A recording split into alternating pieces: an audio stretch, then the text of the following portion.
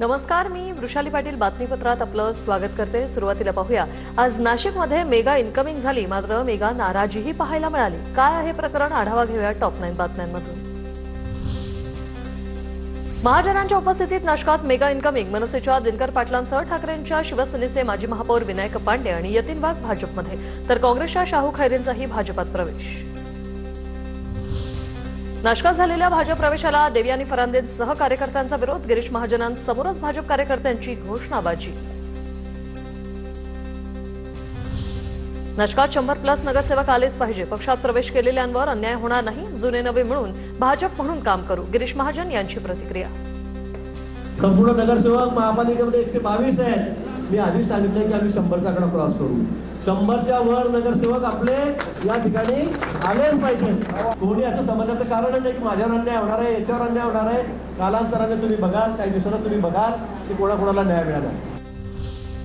पक्षाची निष्ठावान कार्यकर्ती, आज जे घडलं ते आवडलं नाही, पक्षाचे जुने नेते माझ्या पाठीशी उभे राहिले असते तर वेगळा संदेश गेला असता। पक्ष मोठा होत असताना निष्ठावंतांवर अन्याय होऊ नये, देवयानी फरांदे भूमिका मांडताना रडल्या। जर कार्यकर्त्यांना बळी दिला जात असेल तर हे काही बरोबर मला वाटलं नाही। जे आज पक्षामध्ये आलेले आहेत, पक्षाची वरिष्ठ पदाधिकारी म्हणून मी त्यांचं स्वागत करते, पण आज जे काही घडलं ते मला काही आवडलेलं नाहीये। गिरीश महाजनांवर नाराज नाही, त्यांना चुकीचं ब्रीफ केले। काही दलालांनी स्वार्थातून आणि घरात तिकीट मिळावं म्हणून राजकारण केलं। निवडणूक प्रमुख म्हणून मला पक्षप्रवेशाची माहिती नव्हती, देवयानी फरांदेंनी मांडली भूमिका। मी गिरीश महाजन साहेबांवरती अजिबात नाराज नाही, त्यांना चुकीच्या पद्धतीने ब्रीफ केलं गेलेलं आहे आणि काही दलाल आणि ज्यांचा काही स्वार्थ की आपल्याच घरात काही तिकीट मिळावी त्या स्वार्थातून या सगळ्या विषयाचं राजकारण झालेलं आहे। थोडा गैरसमज झालाय, देवयानी फरांदेंचा राग मावळेल, अजून तिकीट वाटपाची प्रक्रिया बाकी, देवयानी फरांदेंच्या नाराजीवरून मंत्री गिरीश महाजनांची प्रतिक्रिया। थोडा वेळ असतो राग, पण मी त्यांना सांगितलं की अजून आपण कोणालाही तिकीट दिलेलं नाही। असं काही प्रवेश केला म्हणजे तिकीट दिलं असं नाहीये। आता एकाच प्रभागामध्ये आम्ही 7-8 लोकांना त्या ठिकाणी प्रवेश घेतलेला आहे, मग सगळ्यांना कोणाला तिकीट वाटले का 8 लोकांना? कार्यकर्त्यांना फोडावं लागतं हे श्रीमंत भिकाऱ्याचं लक्षण, महाजन स्वतःला बाहुबली समजतात। कार्यकर्त्यांचा विरोध असूनही कुणाला न जुमानता पक्ष प्रवेश केला, संजय राऊत यांची टीका। खासदार, आमदार, नगरसेवक आणि कार्यकर्ते फोडावे लागतात हे श्रीमंत भिकाऱ्याचं लक्षण आहे। पहा ना चेहऱ्यावरचा लोचटपणा गिरीश महाजनांचा आज पाहिला। त्यांच्या पक्षातून विरोध होतो या लोकांना घ्यायला।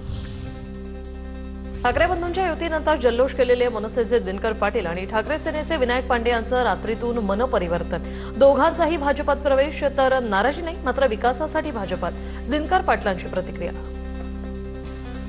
नाराज नाही, नव्हतो, याच्या पुढे राहणार नाही, विकासासाठी काम करायचं, विकास करायचा एवढाच उद्देश आहे।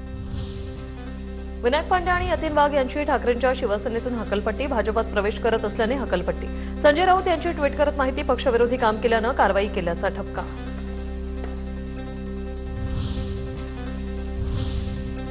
आता पाहूया कसा सुरू आहे मनपा निवडणुकांचा महासंग्राम, त्या संदर्भातल्या टॉप 9 बातम्या। ठाण्यात शिंदेंच्या शिवसेनेला मोठा धक्का, माजी महापौर मीनाक्षी शिंदेंचा राजीनामा, निकटवर्तीय शाखा प्रमुख विक्रांत वायचळची पक्षाने हकलपट्टी केल्याने नाराजी। जगतापांच्या काँग्रेस प्रवेशावरून पुणे शहर काँग्रेस नाराज, बाळासाहेब शिवरकरांचा प्रशांत जगतापांच्या काँग्रेसमधील प्रवेशाला विरोध, शरद पवार गट आणि काँग्रेसमधील आघाडीवर होणार परिणाम। चंद्रपुरात भाजपचं डॅमेज कंट्रोल, किशोर जोरगेवारांची पुन्हा निवडणूक प्रमुखपदी नियुक्ती, सकाळीच पदावरून हटवल्यानंतर रवींद्र चव्हाणांकडून नियुक्तीपत्र जारी, चंद्रपूर महापालिका सुधीर मुनगंटीवार यांच्या नेतृत्वातच होणार, रवींद्र चव्हाण यांचे आदेश, मुनगंटीवार आणि जोरगेवार वादावर पडदा टाकण्याचा प्रयत्न।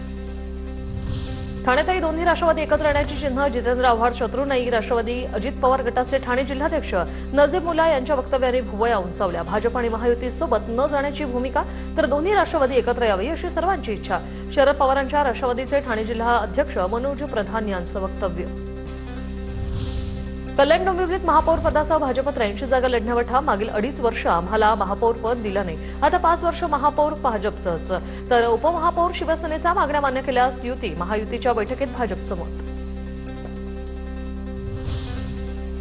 पनवेलमध्ये 10 जागांवर शिवसेना ठाम, जागा न मिळाल्यास युती होणार नाही. गोगावलेंनी भूमिका घेतल्याची सूत्रांची माहिती. शिंदे गटातील नाराजीमुळे युती तुटण्याची शक्यता.